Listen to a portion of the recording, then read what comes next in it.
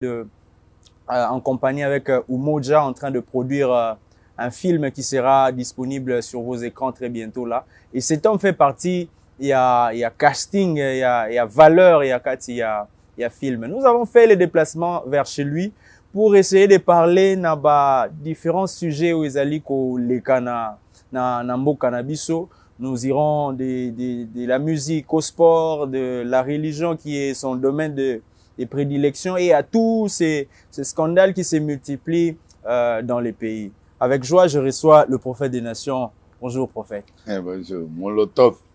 Molotov TV. TV. Nape simbo tepe na Jeff Diadile Teta. Oyo azali mtumalamu. Na olinga kutu soki vraiment zamba simbata motema na ye. Pona film oyo. Okay. Atiela biso maboko.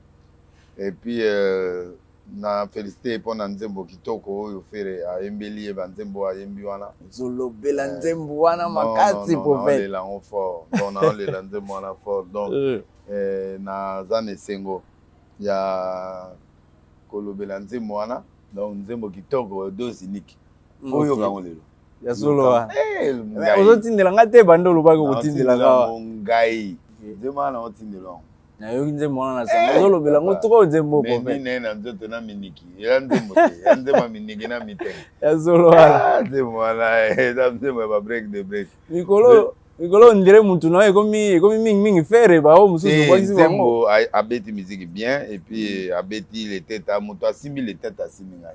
OK. So soutenir les têtes nga pe na sima. Tuzo yo ka epeka na sango les têtes wana. Amona na kate papa. Mais misala na emona na. Misala zo mona ifala za lokola biso boy bato makelele.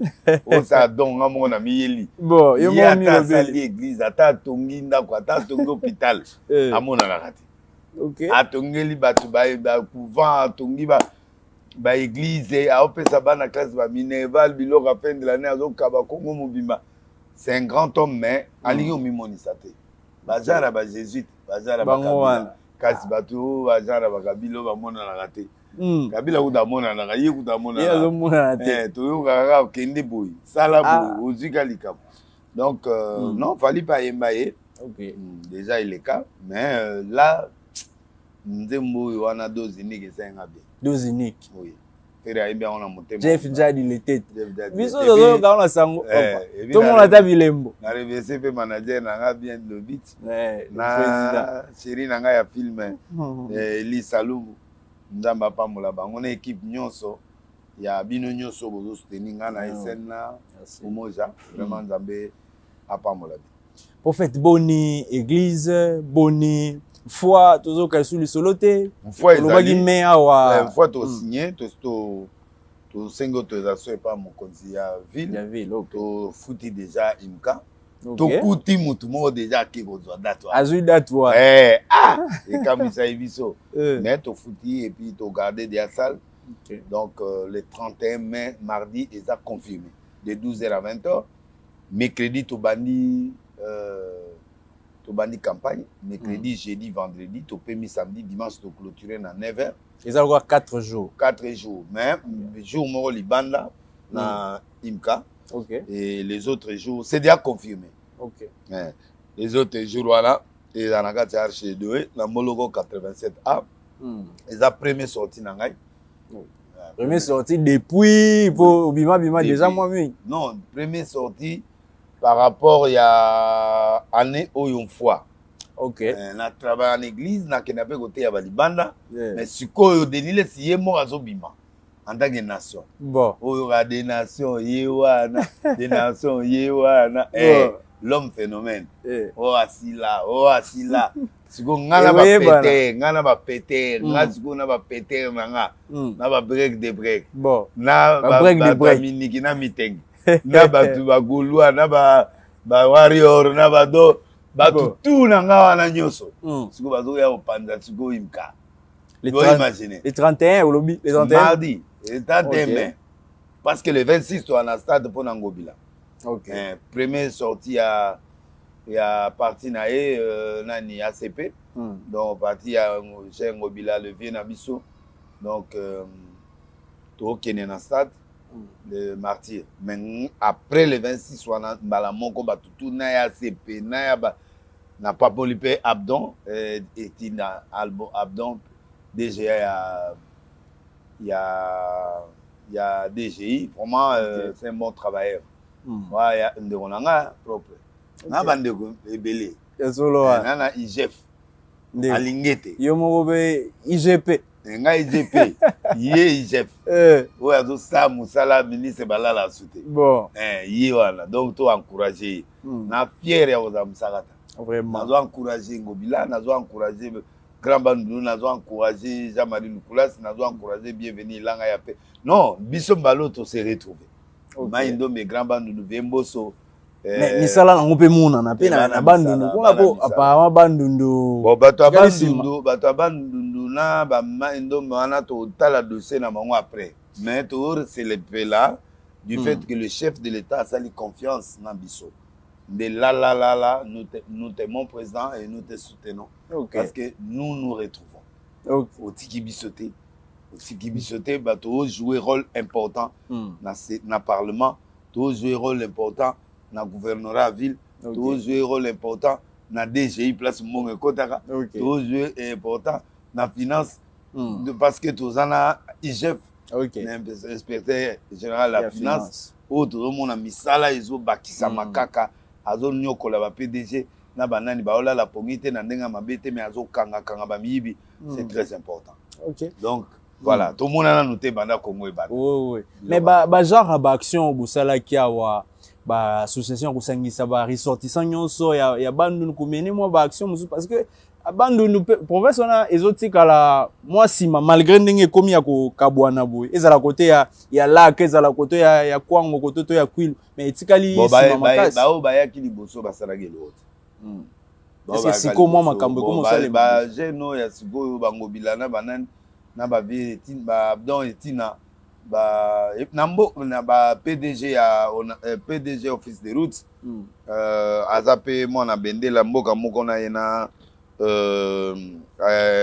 na mboka moko na Lingete na bango mboka na bango lumière eza makadam ekota ba pena na mai boy Kasai donc me batia makadam batia ba lumière na mboka mona so bango vraiment ba exemple kitoko au basali bon projet ngo ils ont continué moi je crois que génération oyo ça va parce que bango va comprendre qu'il faut développer d'abord l'arrière-base.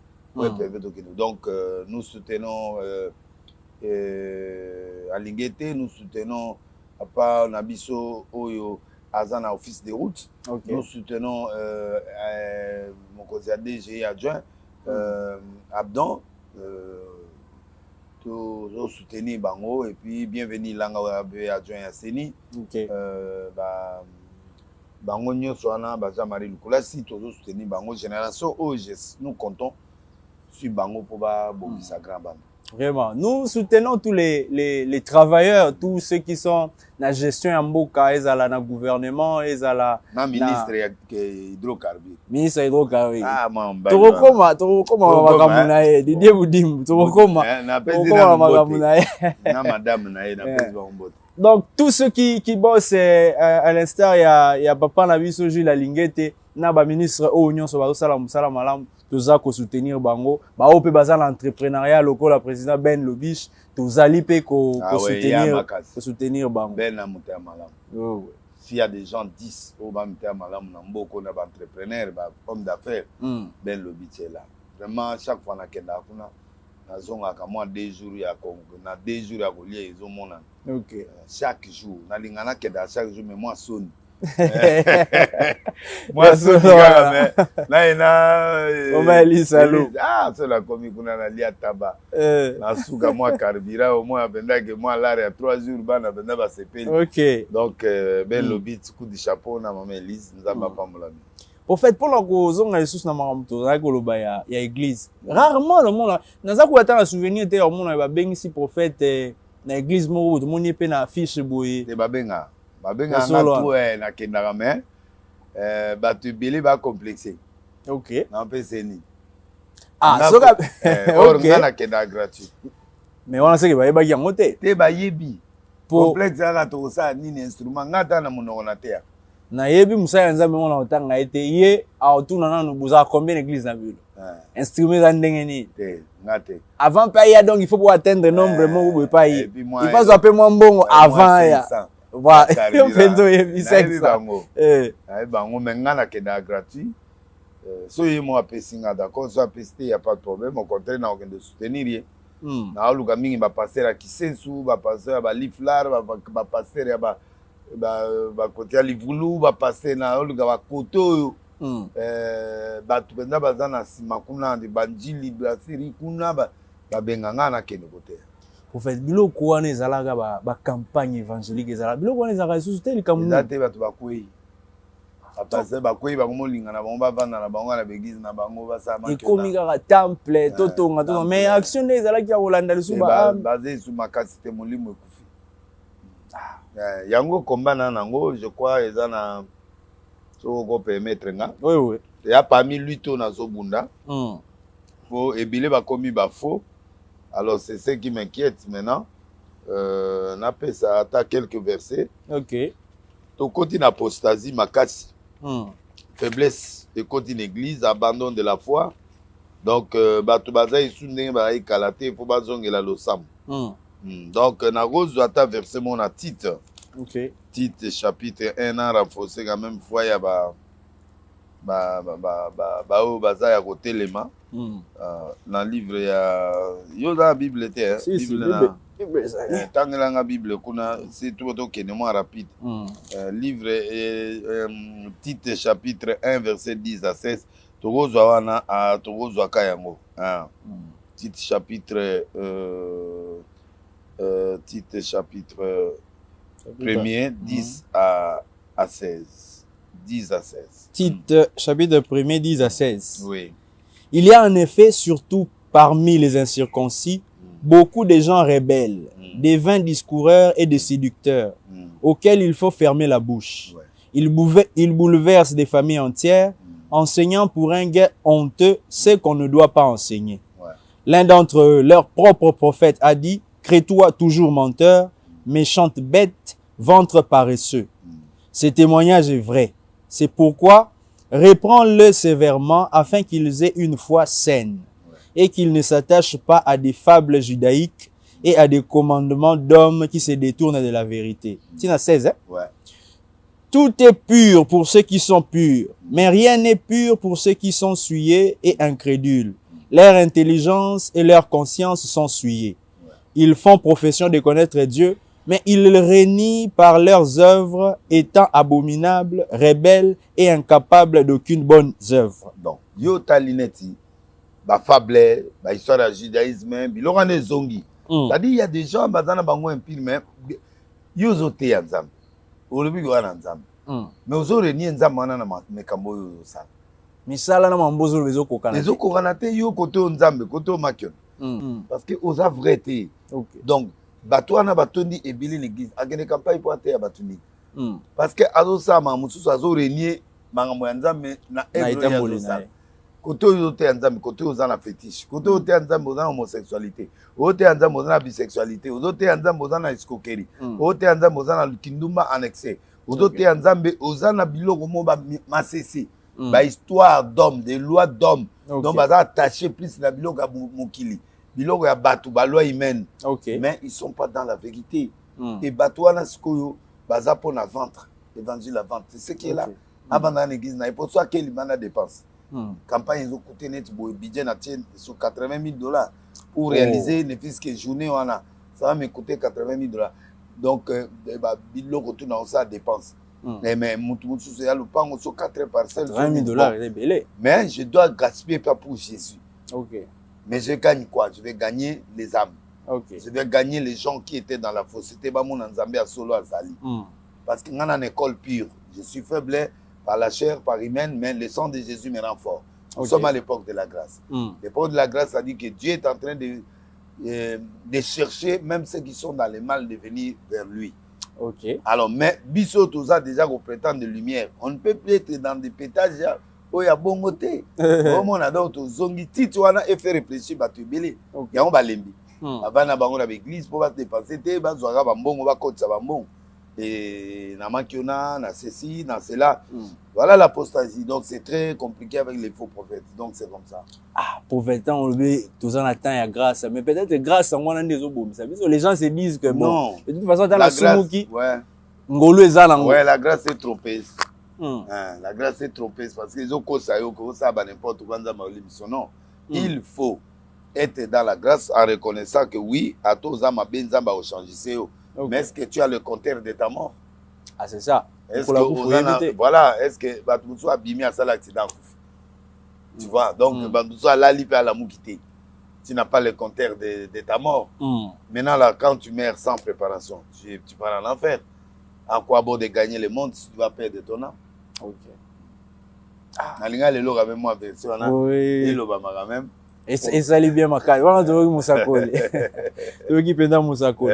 Mais prophète Nalandio, il y a 2 jours à l'émission mon pour Sali, prophète très remonté. Nani a menacé yo, nani a luki yo likam.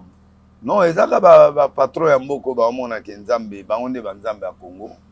A menacé batu yo atanga comme na ngate. Kebisa penza. Atanga comme na ngate, ba muzuzu to bomio to udi ba Rwanda to yepo ba bomayo.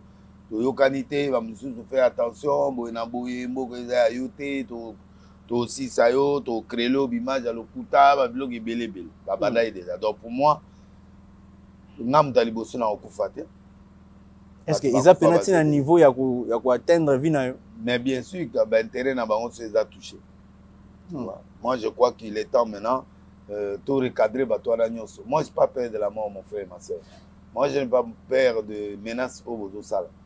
Tôt ou tard, je mourrai. Un jour, je mourrai. Mais sachez que le sang et à Makila Langa et Guganga. Makila Mutsuba Simba Angoti. Si Dieu a permis que je meure, venez me tuer. Mais si Dieu n'a pas permis, je ne crois pas que le président de la République et sa femme, dans le gouvernement, où il y a état de droit, pas qu'il ne commet ma bâtiment, ma cambo, union, son nez, et salema, comme on a eu. Donc, menacer Batou. C'est pas parce que vous avez permis il y a Bakonzi Amboka, vous avez permis il y a président de la République ou permis il y a Bakonzi ou que beaucoup menacé Batoutou. Est-ce que le président Yébi que Batou vous menacé Batou? Ceux qui doivent comprendre bien ça Batou bazan zinga zinga Mokonzambo. Non, ils ont Batou ba ça va faire na bango mais peut-être dans la relation na président. Ba relation na couple présidentiel, ba relation na ba ministre, ba la relation na Batoubo. Quand tu appelles quelqu'un pour dire que je mettrai tous mes moyens pour t'amener à la justice. Tous mes moyens, c'est-à-dire quoi? Justice à la poche naïe. C'est-à-dire, moi, déjà même mise sur voilà, est-ce que l'argent peut tout acheter? Nous sommes dans un état de droit. Et puis, Yoba Lingi va contrôler au tépoin. Au lieu de tout ça, enquête n'a pas mon tépoin. Pour Yozan Zambete, pourquoi embarquer Batunambo Kaboïté, Kakaboïto, Landa, Yo, Pangato, Landa? Non. Mais en fin de compte, comment constater qu'il y a autant de choses. C'est qui est trop dangereux. Enquête au Kennedy, na souka to la vérité. Non, c'est pas bango, mais ils ont menacé les journalistes, ils ont menacé les poissons. Donc, comment banga goût de journalistes, baya. On va retirer le lot dans micro. Donc, comme ils vraiment très très réservé, yo mon image, va comment créer l'image dans le kuta, va aussi l'image, va tirer Patrine Polele, va créer image wana na bien muto yo zolo bana muto tina muto message. Mais à la moi eloko mo likolo sozo so ala muto. Oui, so il appelle vidéo. On va métissé. Comme il faut le balanga. Il doit changer. Tato muto de métisse, tato muto mwindo na TikTok, ça ne va pas là. Ils ont bangi saté, mais il y a son. Poto mumbima Europe na États-Unis ba na bango ya ba trucage. OK. Ba pasteur makona ngai souci na ngai zaka version anande na tangi. Il faut tous avoir vrai pasteur pour tout long en dernier jour. Tout pia batu vrai message pour ekobong ça batu nemboka na biso ekotele. Donc moi je ne vois pas la menace au bozotine de la biso. Quelle est la raison? Nabomi mutute papa. Tout ce que je parle c'est la vérité. Donc ce na lobi la vérité, est-ce que na lobi mambe? Natangi pe mutute, na fingi pe mutute, na lobi eloko. Donc voilà un peu la menace. OK, pasteur Alobi et Lokomo Mabete, mais seulement Batou apparemment baza gêné par bah, différents sorties naïna bah propos naïe. Et j'aimerais qu'on la sa prophète et lo moko Glody Camille ce sont qui ko illustrer les biso et loko. Ça fait Nathan biso d'hôtel là, ça fait 17 heures depuis que ça a été mis en ligne. Prophète. Où ils allaient page, il y a Bokechu Ayam. A commis Denis Lessi, Keba. Kambuni Nina Bokechu. Anzambe, Yebenzambe Moussoua. Bokechu Aza combattant, Aza PTRP, Amdumo, Apetaganaïr, Moboé, Moutoulou, voilà. Afinga ba Moutoulou, voilà, pendant 4h du matin. Azane Moutounangaï. Ya solo wana ninga zoke bisao wana ezaka na cadre ya anelo osalanga te Boketu anelo nga banga mutu ta eze Boketu na ko banga ye na banga batura mbomba te na banga bana mais mutu mo monite ga attaquer déjà ga oui ba réaction ezali puissant obotaka te bakobeli tanga ngona se wana omona commenter donc ala batu nembe abiso pe bazo réagir bon envers ya okebisanga ya zanani il y a des combattants contre le gouvernement. A comme ils ont contre Denis Balobin. Ah oui, yo impuissant, baninga bazo sa ba vidéo bon certaines choses. Il y a eu de break il y a eu tout le monde là. Tout le monde là. Donc on combat de tout donc Boketu ako s'apprendre na ngate pa ozo combat ya monde entier. Ah mais Boketu azo se mettre terrain hein. Terrain na bateau ya yi. Ça fait beaucoup d'années à la musique na biso poto comme raté. Ni ba pasteur pe ba ko masu. Pasteur ka kenza yo na autoté na Paris. Na moni ba bimisi mo rôle c'est na e bateli comme vie wa lo TV. Vie kak te omoni batwala ba pesi rôle za kala mais siko ba pesi batie comme na yo. Bon ba so bela ta 2021 ba aussi biso ba. On est kala. Prophète. Bon ça la vie ka kenza te. Bon ça la vie te. Via grand prêtre na mboko. Bon. Bozo melelo ka 1940. Archevêque général. Archevêque général te boyete vie. Et puis batelo comme te vie. Yo ba hotelo comme ne lo te yo la mutu mo poids sérieux. Vous avez vraiment quelqu'un de toi pour ça là yo. Tout ça. Ate ikulat. Ya solo na Paris. Mais ate na Paris. Ah, même so gars ina persi abeti solo te. Ate. Nani pe ate. Tu peux attendre. Oui. Alors, bon, si vous avez un problème, il mais on peut se faire. Il y a solo. Il faut que. Il faut que. Musu yewa. Musu ye alingi ba brego ya seko kota ba kafu ala yango moni ko ekima. Ya solo. Oui bili solo ala te. Papa tabulei. Akoda na studio mo abibano ya lelo yo migongo ba corps de katani. Parce que balingi ko kota biloko ala trop. Oh, ya solo. Ouais, yango moni ba tempo na bango esanja ko. Donc, le tabulei ayebisa ba otura mo makuda yi témoin eloko. Donc abibano alelo bazalo beta ba premier. Bon, ba voici là. Donc yango toi acide moko ezala kuna na kati. Soko zo mela yango acide dans les quatre octave. Ya solo wana. Yango ba évidemment eza vrai mais bien alobi bongo alors to pegisi ba musicien nyonso. Ba kota be ko la ti. Ba bebisa ba code vocal. Tout boko sala ngoti.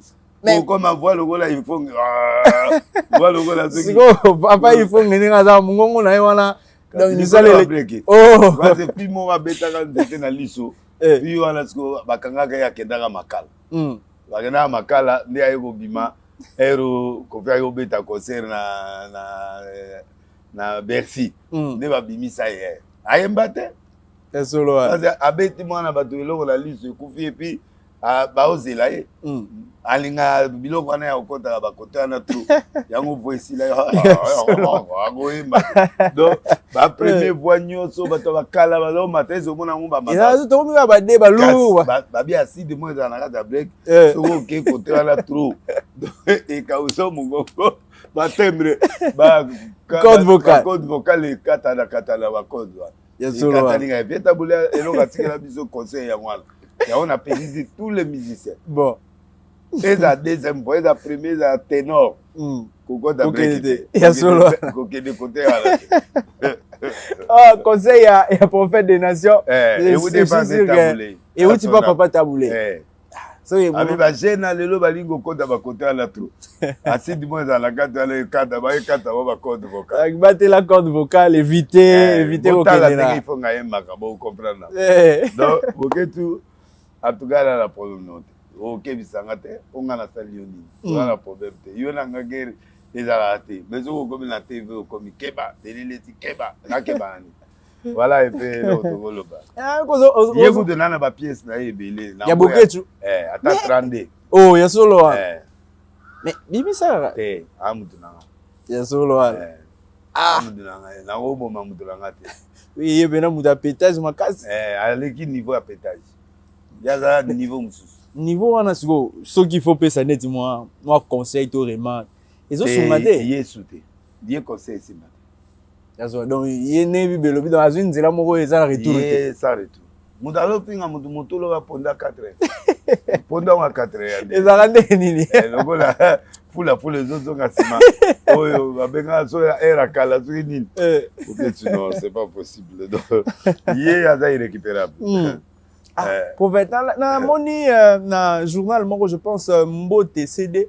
ozo revendiquer appellation ya JKK ouais ozo azobenga ancien président oui Joseph Kabila Kabange ouais ngam na pesa ya solo ouais oui que eza ba ligue des jeunes bimana ba biloko wala prophète non JKK nga déjà ngam na bwaka on a te ekutanga kutu ba suspension tu peux pas donner les noms oui on kozo lobi ma aner peso son ka tu vois donc na zo ba problème ebele comme wana JKK mais lelo ekei pour tokoti na domaine on a toujours évoqué un peu politique otangi Didier Boudimboa Kinshasa pendant pratiquement 3e jour yango lelo ça qui paralysé jusqu'à aujourd'hui explication peu claire exacte par il y a les Cameroun crise mondiale ya pétrole mais mutuno yo au côté lié à ça musala bien non congolais ba ministre na ba député belé ba komi sceptique parce que ba moni Didi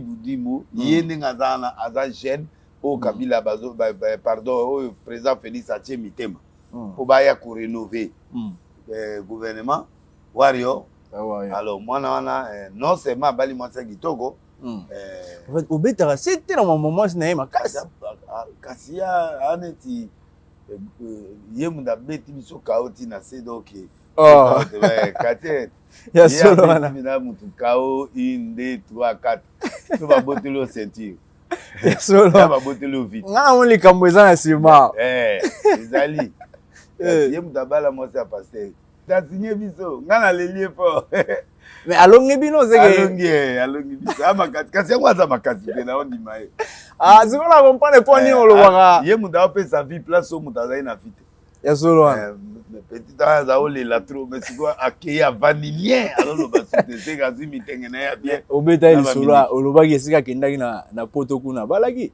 nani prophète Joël nayebi te babia na mwasi mwa juif ya problème te nga mamune mwana aloba ngo so te po vie mutombo alobi na nga ke azozela ye nanu bongo soki ye asilisi asali nga rapport nga namoni lisolo wana ke ye aza mobali te wana eteni lisusu te azali bongo kobala ezali siki oza nini kobala mpe eza légalisation te bon olégalize po mundele aza neli bien mundele ofonctionne te ake elukane mpe mutu mosusu afonctionnele mundele ala problème te amindele nde bazala mwasi yango baoloba aza mundele aza juif baza échangiste bookenda ye azwi mpe mobali yo ozwi mwasi mindele bana liberté sexuelle po congolaise esimba te africaine esimba te so ozofonctionne te aokima yango nazofélicité son excellence monsieur le ministre ya hydrocarbure aza na mitenge ya solo na minibandisi biso se mwasi kitoko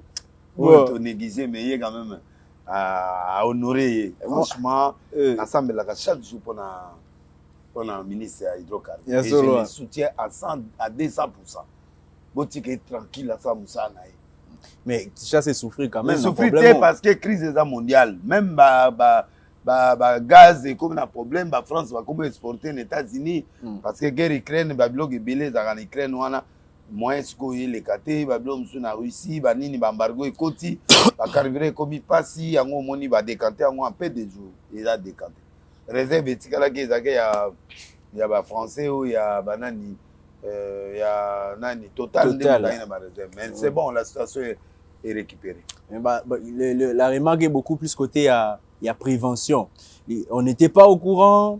Il y a côté gérance, en fait. Bah, tu vas surtout qui garque. Et là, que Salemi, na sima nde bayo koluka solution yango nde na moni na tunga mamba ministre po Yeah, il fallait prévenir azala ba collaborateur banini ba réserve ya ba station mususu ya gibiete bango moko ça grave te ça petit problème c'est pas grave même na l'époque nyonso to ça la pe ba crise wana ezala nango na l'époque nyonso ça ba crise même na France ezala ya temporaire eleki lango quelques jours 2 jours apamba et ça elo témoin pétage Jésus batou na ma voiture vanini mais ça li elo donc la crise elle est internationale elle est internationale ezaka biso moko et abiso te to partout crise internationale prophète na lingi tota elo moko na kasi elo na zoloba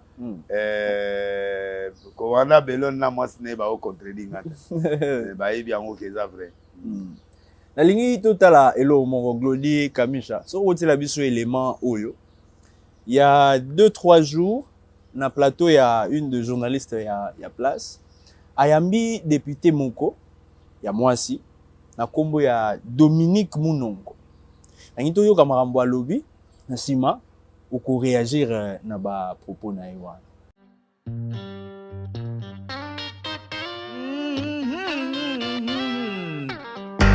Le Katanga ex-Chaba à l'époque, quand nous on étudiait, on appelait ça le poumon économique du Zaïre à l'époque. Et permettez-moi de le dire, à l'époque on disait que les Chabiens ou les Katangais, même aujourd'hui les Katangais se prennent pour plus supérieurs que les autres Congolais. J'ai vraiment une princesse Yeke avec moi. Est-ce que c'est vrai ce qu'on dit de vous les Katangais, que vous vous croyez supérieurs parce que vous nourrissez en fait toute la République? Pourquoi dire supérieur? Je ne crois pas qu'on se sente supérieur, mais on réclame seulement ce qui nous est dû. Parce que vous avez l'âme fédéraliste, en fait. Vous voulez le découper. Vous voulez d'ailleurs sortir le Katanga de la RDC. C'est votre rêve depuis Moïse Tshombe. Oui, quelque part, oui, parce que mon père était quand même le ministre de l'Intérieur de Tshombe. Donc là, il faut quand même assumer ce qui se passait. Il faut toujours entrer dans le contexte, moi, je crois. Il y a une grande différence entre nous quand on voit un peu les réalités. Surtout maintenant, je le sens davantage. Ces populations qui viennent, vous avez suivi comme moi, les trains là, le train qui a déraillé, il vient du Kasaï. Ouais. Donc il y a une multitude de gens. Le Kasaï, les deux Kasaï, se vident de la population pour venir au Katanga. Ok, je me dis, pourquoi est-ce qu'ils ne construisent pas chez eux et maintenant aller visiter comme moi je vais au bas. J'étais la semaine passée au Congo central. Je suis allée pour la cérémonie de syndicat de Kolo, qui sont des amis d'enfance de mes petits frères. Donc il n'y a pas, je peux aller au Bas-Congo, on a notre maison à Mwanda. On a une maison à Mwanda. Ça ne me perturbe pas, mais j'ai ma maison, je sais que je suis du Katanga. Donc c'est là qu'il y a un problème, parce que quand les gens se déplacent comme ça, suivez-moi madame Paulette, quand les gens se déplacent comme ça, c'est avec leurs us et coutumes. Mais entre-temps, vous arrivez sur une terre où les gens ont leurs us et coutumes. Chez nous, on ne mange pas de chien. Moi, particulièrement, nous, les Bayékés, on ne mange pas de poisson. Là, je vous apprends aujourd'hui. Nous, les Bayékés, de la famille régnante, on ne peut pas manger de poisson. On n'a jamais vu le poisson chez nous à la maison. Donc, maintenant, non seulement on ne mange pas de poisson, on tolère nos neveux. Chez nous, l'enfant d'une fille ne règne pas, ok? Donc mes enfants, ma fille est au Congo, elle mange chez elle à la maison. Mais chez moi, elle ne trouvera jamais le poisson chez moi, parce que moi, je suis l'enfant du mal. Je suis la fille de mon père. Ok. Donc maintenant, ces gens qui arrivent avec leurs pratiques, déjà, nous, on était habitués à avoir des chiens à la maison. C'était des amis et tout ça. Mais qu'on coupe le chien, je vous assure, ça nous choque. Vous allez trouver ça peut-être ridicule en disant, t'as la Bakatangé, comme le roi Mamindele. Mais ça choque les mœurs, ça choque nos... On était choqués au début parce qu'on se disait, mais comment est-ce qu'on peut tuer un chien? On ne mange pas.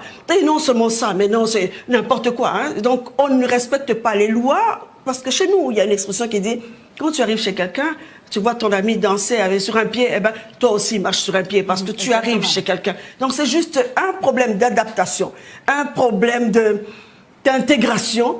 Et donc c'est ça qui fait que peut-être les gens disent que non, ok, nous sommes, je dirais plutôt chauvins. Arrogants, fiers, je ne crois pas. Oui, on est chauvins.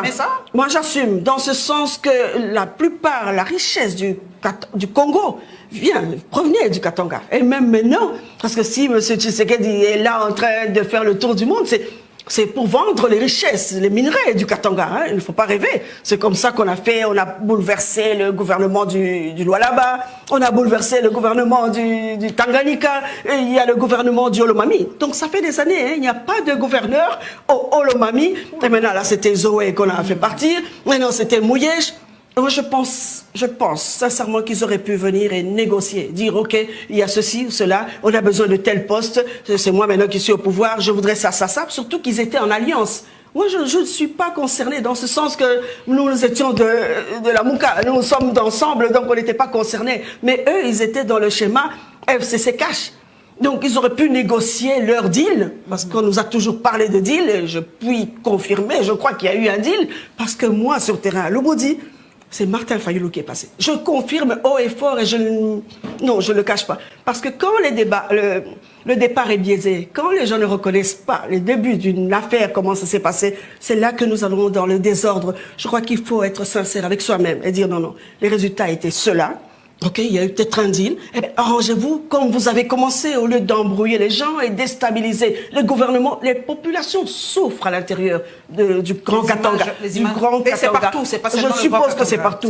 Mais on est là en train de faire semblant, mais la réalité est telle que nous allons vers... on va dévier, on dévie.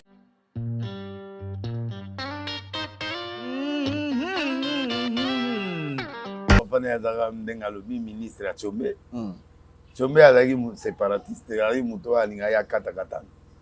C'est normal, aza na semence savana ye aza ba munongo baza ba chef coutumier ya kuna. Bon Katanga nyonso 3 quarts ba Katanga ba d'esprit wana. Ki ba richesse wana ba bénéficier nango te Congo mazo mela. Alors il faut ba kata po ba liango bango moko.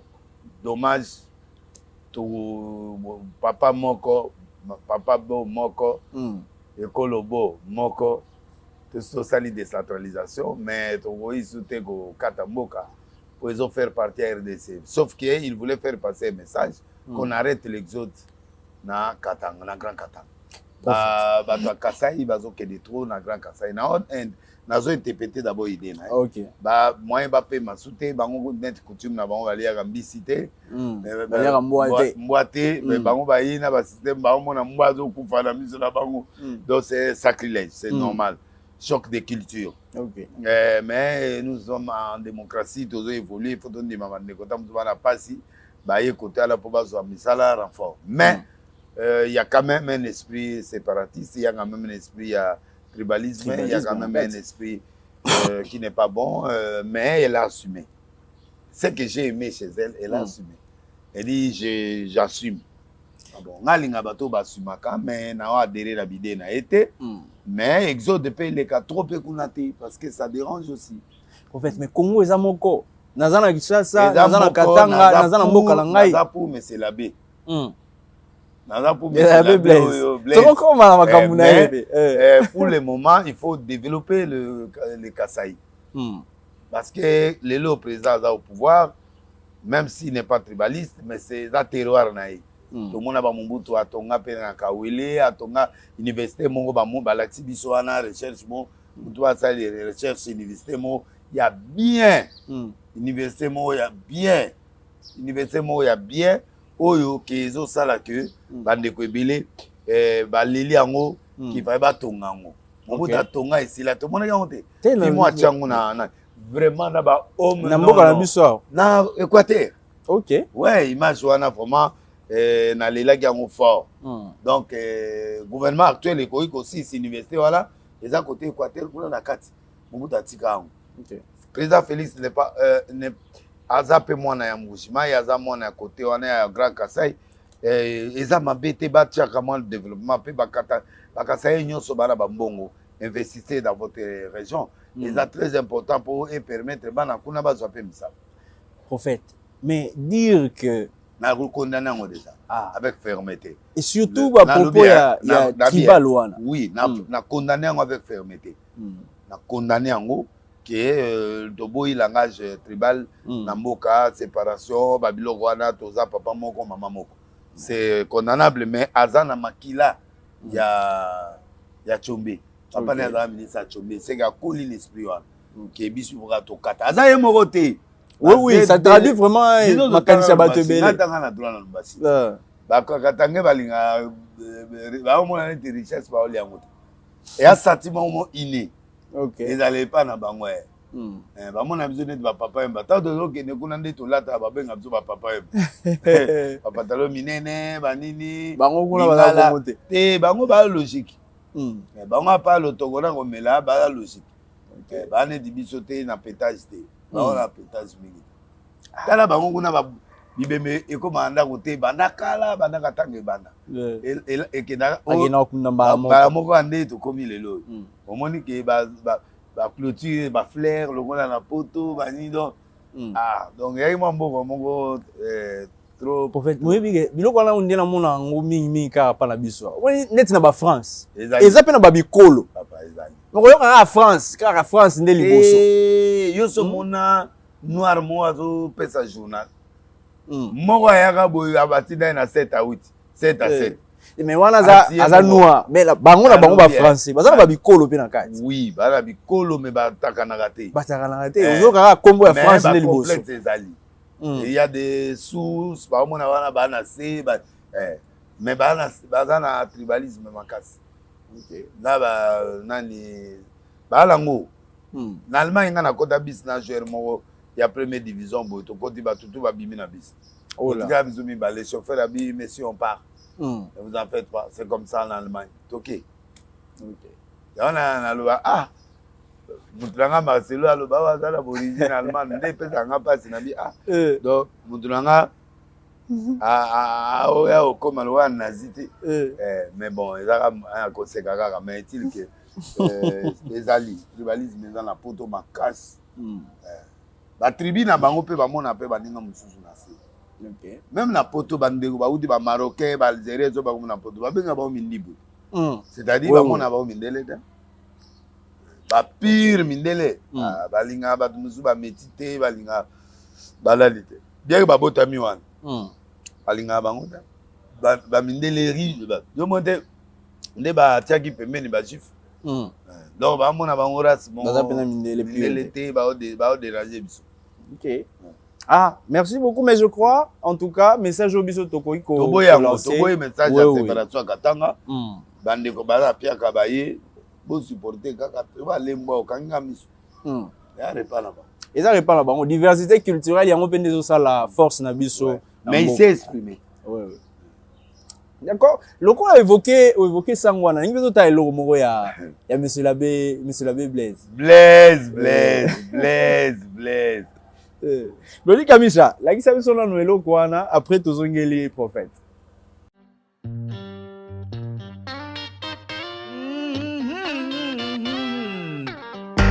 Parce que nous soutenions l'opposition. Maintenant l'opposition est là. Nous souffrons toujours. Et quand nous souffrons, nos frères qui sont ailleurs, qui ont fui la province, qui sont à Lubumbashi, dans le courant, dans l'eau, en train de manger des fruits à moins cher. Quand nous nous réclamons ici, non, taisez-vous. Nous qui sommes au front, nous parlons, taisez-vous. Parce que quand vous mangez là, ça entre chez nous. Au Kasaï, nous souffrons. Plus qu'ailleurs. À part nos frères de l'Est, qui sont peut-être en guerre, ils sont obligés de fuir. Mais nous souffrons ici.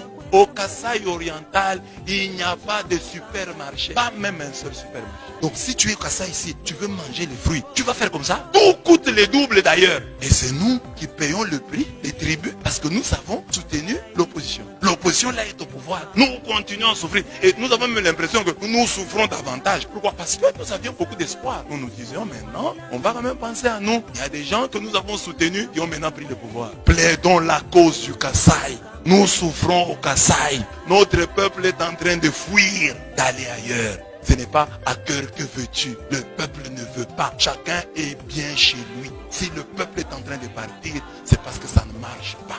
Ça ne marche pas. Et vous qui avez fui, si vous voulez défendre ce que vous défendez là, rentrez, qu'on se batte ensemble, qu'on meurt ensemble.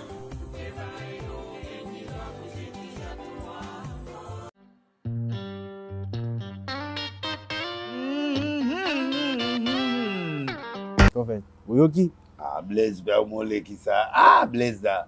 Blaise na luki yo zo ça nga ba fier. Bon. Ah, lelo na signé yo. Blaise. Blaise na lela au fort. Mais au comme politicien Blaise. Blaise à Lili. À Lili na rejoindre Blaise parce que ne maman na zoloba azo lela bi bo souffrir na Kasai. Président ça la quelque chose. Bato bazali une opposition, biso zaki mboko opposition du pouvoir to bénéficier de l'autre. Blaise au mode ozo funda le parti. Au mode ozo funda gouvernement. Fati azayi mokote, Fati aza pona Congo mobile. Mais il empêché te babo ka moi lisukuna. Ayaki kuna bo monaki e azo réaliser certains projets. Pour ça banda kuna ba lobake aza pe tribaliste. Au monde ya batakaka déjà Blaise. Prophète demander zo ke pe na suka akosala camp. 2023 déjà l'année prochaine. Ya solo one. Donc ça y est la deuxième mandat. Constitution et PCD mandat. Mais il faut possible, il faut bima. Oui, peuple a PCD mandat. Na mona on écran prophétique. Bien que vraiment discussion ya ba résultat mais ballon a évité ce qui a dit ma na char. Toi un hélicoptère. Pour malheureusement la na char. Et ya na char. A publié tu azogi à côté. C'est évité ballon. Donc Blaise vraiment je te soutiens mais malheureusement qu'on poussait présidence à la tribalité. Tika action générale au ba osala. Mais ce qui est vrai bénéficier quand on a bénéficié grand Kasai est bénéficié et biso petolingi est bénéficié pour et ça la ndenge sala Mobutu te ga salarié. Donc moi je crois qu'il est temps ceux qui m'ont continué sur au bon sambo kanayi et ça peut malam. Donc ça peut malam. Merci Blaise. Allez là au fond mais yango yo za la sango oza muta réveil. Bon. Na combat de oté Blaise. Tika ba biloko yo lati wana. Nataka cravate beta lo ko zane ANC ko to. Yaka la o yaka la omono wana nkaka. Bon. O mobo lati masopo. Mais koto yo to beta biloko na biso. Mais oya komise muta ba vidéo avant ba ya otala mutakalisation na opanga. Mibatela lokola nani oyo. Neto pesa conseil pa mundelo ya acteur nani. Jean-Claude Van Damme. Van Damme, Keba, Balagisa, va péter, va otikelo break libanda. Batu ba obanga te, munsakoliku ba obanga ete. Ba créer les boubelo ko ba télé yo muta ba film papa ba ya otile o ki porno awa. Donc ana ko mona bano ya ngeli ba ko lekela yo. Kubenga mutu nanga pire mutu nanga kubenga. Kubenga boete batela ndeko baya oza pétage na niveau likolo bina bazuba eza recherche mikolo bazoluka batela break libanda boete pardon break mundele linga ero ebimate baya ozala izala keba na bazadi kuna na kati ya batu mais yepe ba aye abalobi aye investisseur na cadre ya makambo ya Fachi City wa a se retrouver les na ba boîte tozomona na we amutu mais aye na cadre musala amutu aye musala mais na pause ape mutu agute pe congolais tout ça agute moi pondu moi kebande kaka na vidéo ya kebande na vidéo téléphone na okanga kebab ne maman na ba mboso ngazo le ba Van Damme keba breke za libanda ti vraiment koko kubenga keba batela mutu na biso puisque to lobeli monsieur l'abbé Blaise Kanda to moni communiqué moko depuis lobby et l'équipe na ba média international eza Senko ezali ko Cardinal P ambongo lobi abandeli on na réunion à Salaki aza koyebisa na basango nyonso oyo baza na bana o baboti bana batika musala ya sango ya kisango kino boko la bana na sepeli quand même lelo andimi yango ke bazali ouais c'est une façon de reconnaître ça basango mususu to loba yango baduta ke pétage pe ba maser ba lela pe que non papa mbongo talela biso pour monseigneur kuna moi était tolembi break. Donc, break. Donc, Batika non seulement Kobota pour saluer des chastetés. Et puis, Batika peut ba maser. Ok. Batika ba maser. Oui, il y a bango bana kufa. Bango la pe bango trop. Oh, il y a solo Batika. Batika maser peut tranquille. Donc, Et comme a sauté au pétage à deux côtés. Donc, et puis, mais ce qui est local, les affaires, mais n'a pas avec Ebele, bah ok. Il y a solo. C'est que il y a moi comme ouais, n'a pas dossier Ebele. Ah ouais, pas la ngana dossier. Va na disque dur dans la bande nous. Non banga ba sango ya ulinga na ko simba bango te. Ba forma ngai. Il y a solo.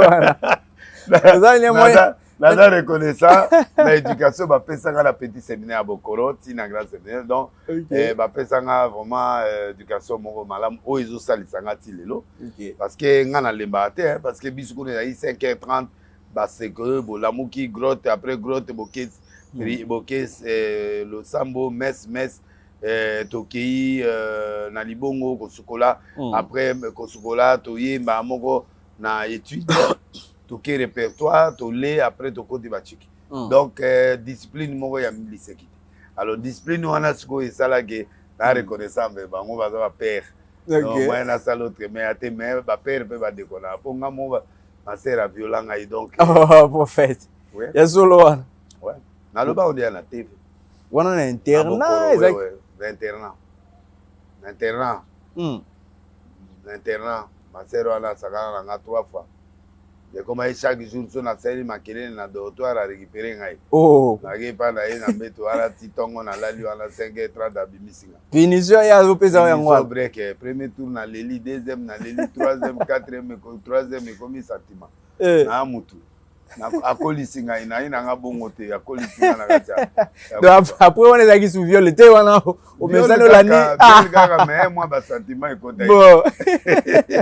Ana Roma, benga. Ya solo ala. Ayoka bilona loya TV abia dédommager ngabité il faut senga pardon en plein air abi ah bon manga tout ça moi c'est que toi ouais ma sœur ya solo ala c'est prophète pas c'est tobaki na te na zere trobaki te ala ser mo kitoko trop mais siko yepe alulanga ponga na kisiko mwana patron multimillionnaire na oya avec beaucoup d'impact beaucoup d'argent na classe alors master akoyi master akoyi et puis akoyi singa bon a baby singa ça pas mi bato ba baby sanga mutu ezaba elle me doit beaucoup c'est vrai ah des domations ka ndinga lobi wana aya na ozela mais na sentir ne desati ya solo wana tout justement ndingo beti sous le solo ya zawadi na banga tato okutana esa osalanga suma bete o banga ezo ndeni po non mais ko violer ngai papa et azo violer bat azo violer bat tout ah ouais obenga o délice bien je vais te punir encore parce que tu as mal parlé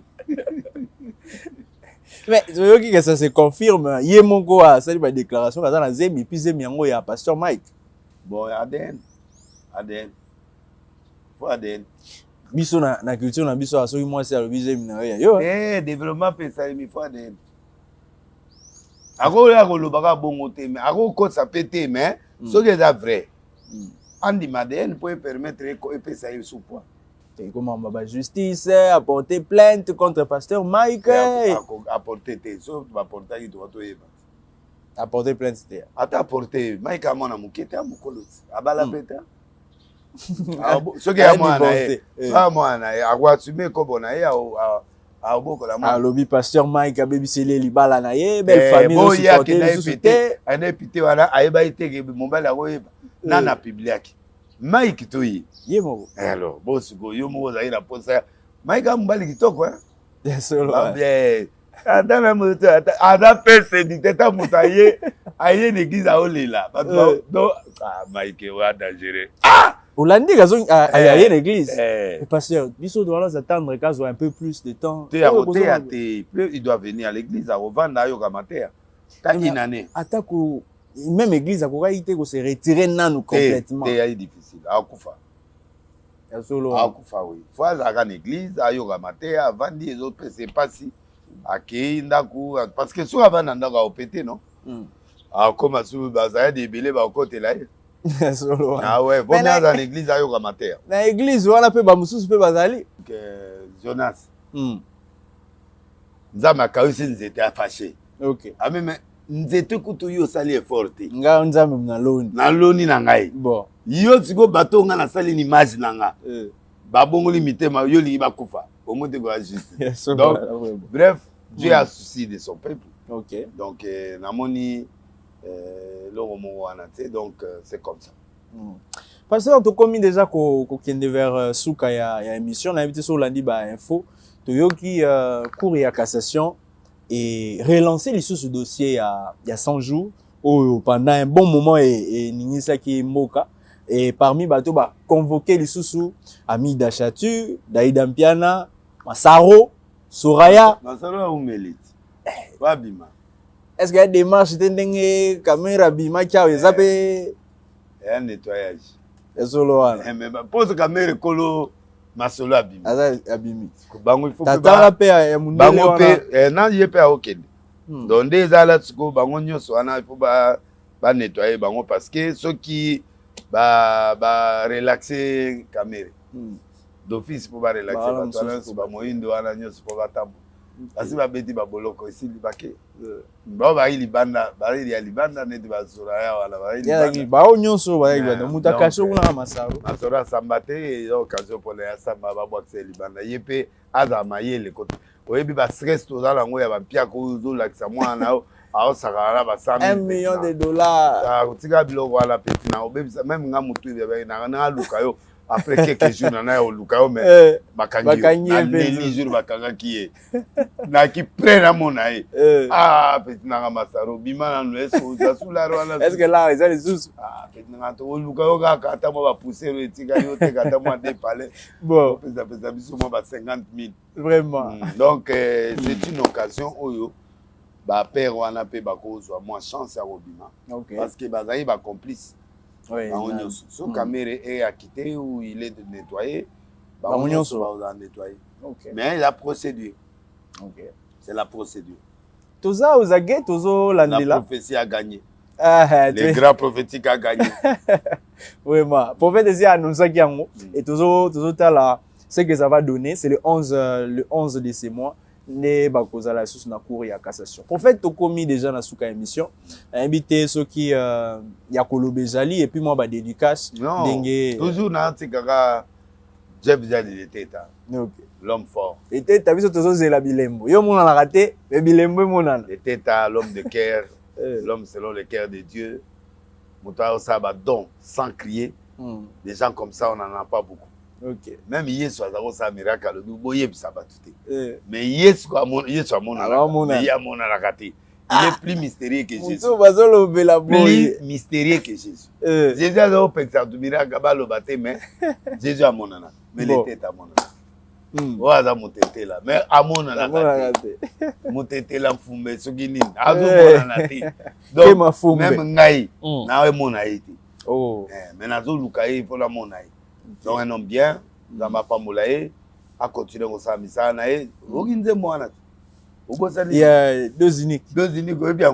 Quel d'autre a deux uniques qui a fait? Oui, au cas de l'été, tu vas les lier à quatre. Bon. Je m'ai mis un minute. Voilà.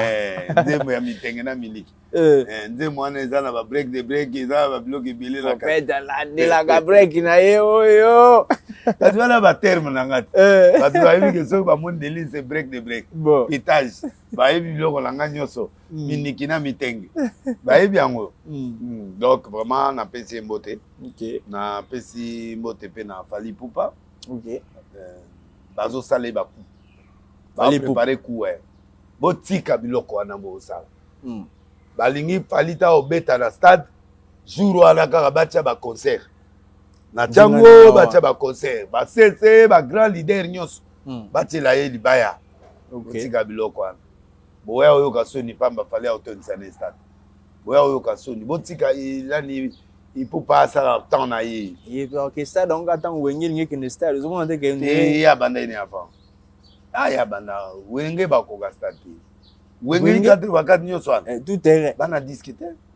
Mais ba sala mo lo mo boy bima wa. L'état est bima papa. O l'état congolais a consommé yango. Congolais a commis capricieux. Poto bima neto bima boy faut za makasi wa de dire. Mboko eza déjà miné. On dit mamutu na passe. O peta bima lo wa bimi boy. Et un grand sacrifice. Au moins, que mboke za ba fali mboke koma ba fere mboke koma ba inos mboke koma ba to na pas jube pe na mutu maboko ba dance na yo na jube azali to yo kasuba le makaba na solo nini aoye la biso to ka susu basi ya Didier Basela to mona susu ba Kaludi bato wala tout ça et kozaka nostalgie lokola wenge ndenga be nani Zaiko ba sa mambumoto biso bato nyonso tokola na mugila gila kuna bakindeka kobeta donc eza histoire ezali événement mais l'événement de Fally a soit bandi les 10 semaines na stade na Fikina yembelango na nzembo. OK. Donc Fally on lui donne la chance de faire le plein au stade ata plein mais stade de Matire ya munene donc l'essentiel a osé. OK. Il est pas excité ngana que le stade donc la fin de l'année je serai au stade. Mais la jour dans ça boutouté dans ça la jour. Donc les 31 naza déjà na imka c'est déjà payé, c'est déjà réservé. Nazo zelaka autorisation ya petit nanga Lévi assistant du l'assistant du chef l'homme en Mercedes l'homme fort petit nanga Lévi kuna na hôtel de ville na conseil spécial ya gouf bazawana na yemoko gouf botika gouf alobika mwa muke alobika evunda bobandi evunda gouverneur albi evunda bwandeni kongole bwandeni mais là lingala akuza biloko ya doxy alobike na bengi bato wana bamutakini balobi o bengi mutane evunda Dieu vole yango on comprendre nga répéter la bête à bilo mususu au moins bato ba interpréter on mabe o gouverneur a pété a pété gouverneur a pété il y a ça normal mais moni moya lobi eza mo normal metande bato bazu yango ye ndako bango te moi ngope na bosala ngokala efunda siko bien sentir que ba pété na de laisse ba beta ba pétage so alobi likambo bato ba gonflaka bon ezie moko or bien le ma beta efunda ezali break quoi donc il y a problème te donc dédicace sur ezali dédicace na pesi Clickson Mbote na pesi Turambo Malembatable Mbote na pesi Jongade Mbote na pesi Ketulwa Mbote Didier Boudimbo hydrocarbure l'homme à la femme de la taille de Ève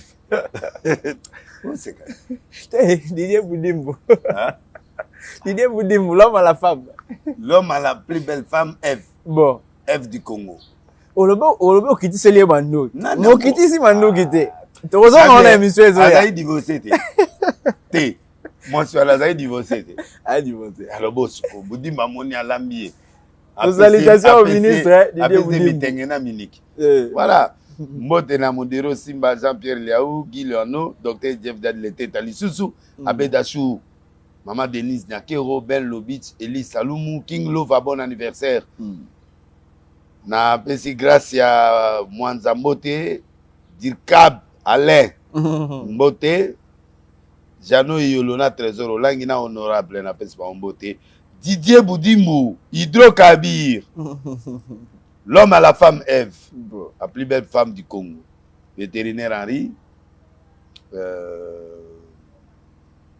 Justin Panzou mon ami personnel j'ai mandé Nobleye tout kuna na Bruxelles Uni Barouti, Moutalombi, Diezola, FBT, Paul Fukipo, le meilleur d'agence Nzamba Pamola EP, Afrique du Sud, Turquie, Congo Mobimba, Bumbashi.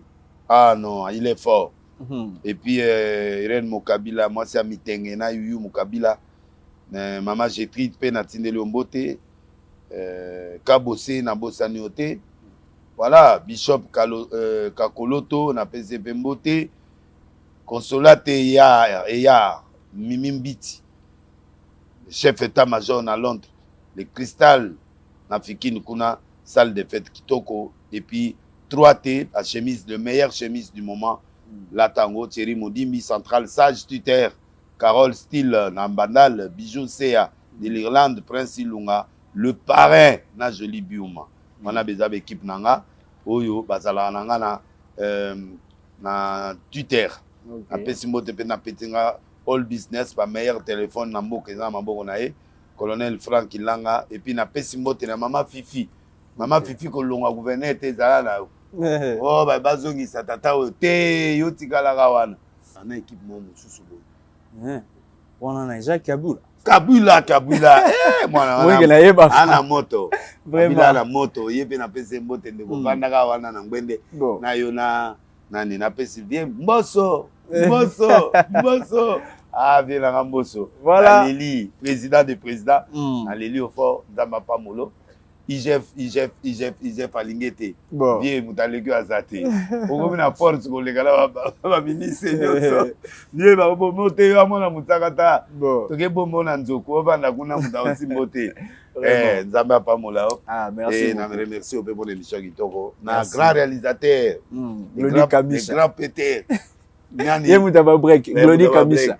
Glody Kamisa mutaba break de break. Vraiment. La PC moté akomi Gobi Kamisa break de break. Glody Kamisa break de break. Break de break. Voilà. Merci beaucoup Nabino Nyonso Bozala qui est branché dans l'émission La Bisso. Merci au boss Ben Lobish, à maman Elise Saloum et à toute l'équipe. Il y a SN Cinéma. Merci à Stéphie Bokano et Kofo. Merci à toute la famille Kadima qui nous soutient. Tokutani na biso. Ah, na Bossani. Abdon. Le DG. Le DG Abdon. Ah. Il y a DGI. Ah. Ok. Nos salutations au DG Abdon. On se retrouve. Et pas naïe de l'Iara Koba. Ya solo wana. C'est ça mutalaki. Tolo mwana tolo. Ya solo wana. Mwana batere mwana maindombe mwana mwana nkutu. Mwana bana nkutu na ba Monseigneur Chole. Ok. La classe bon. D'accord, d'accord. La petit séminaire beaucoup. Déjà bébé tare. Bazé belé. Ngaba tulanga nyo so ba Monseigneur. Ok. Comme ça là ba message c'est ni ko elobi ba kende ba o bazana bana ba batika nzamba. Nana on dit. Voilà. On dit maza. Nous avons fini, on se retrouve au prochain numéro.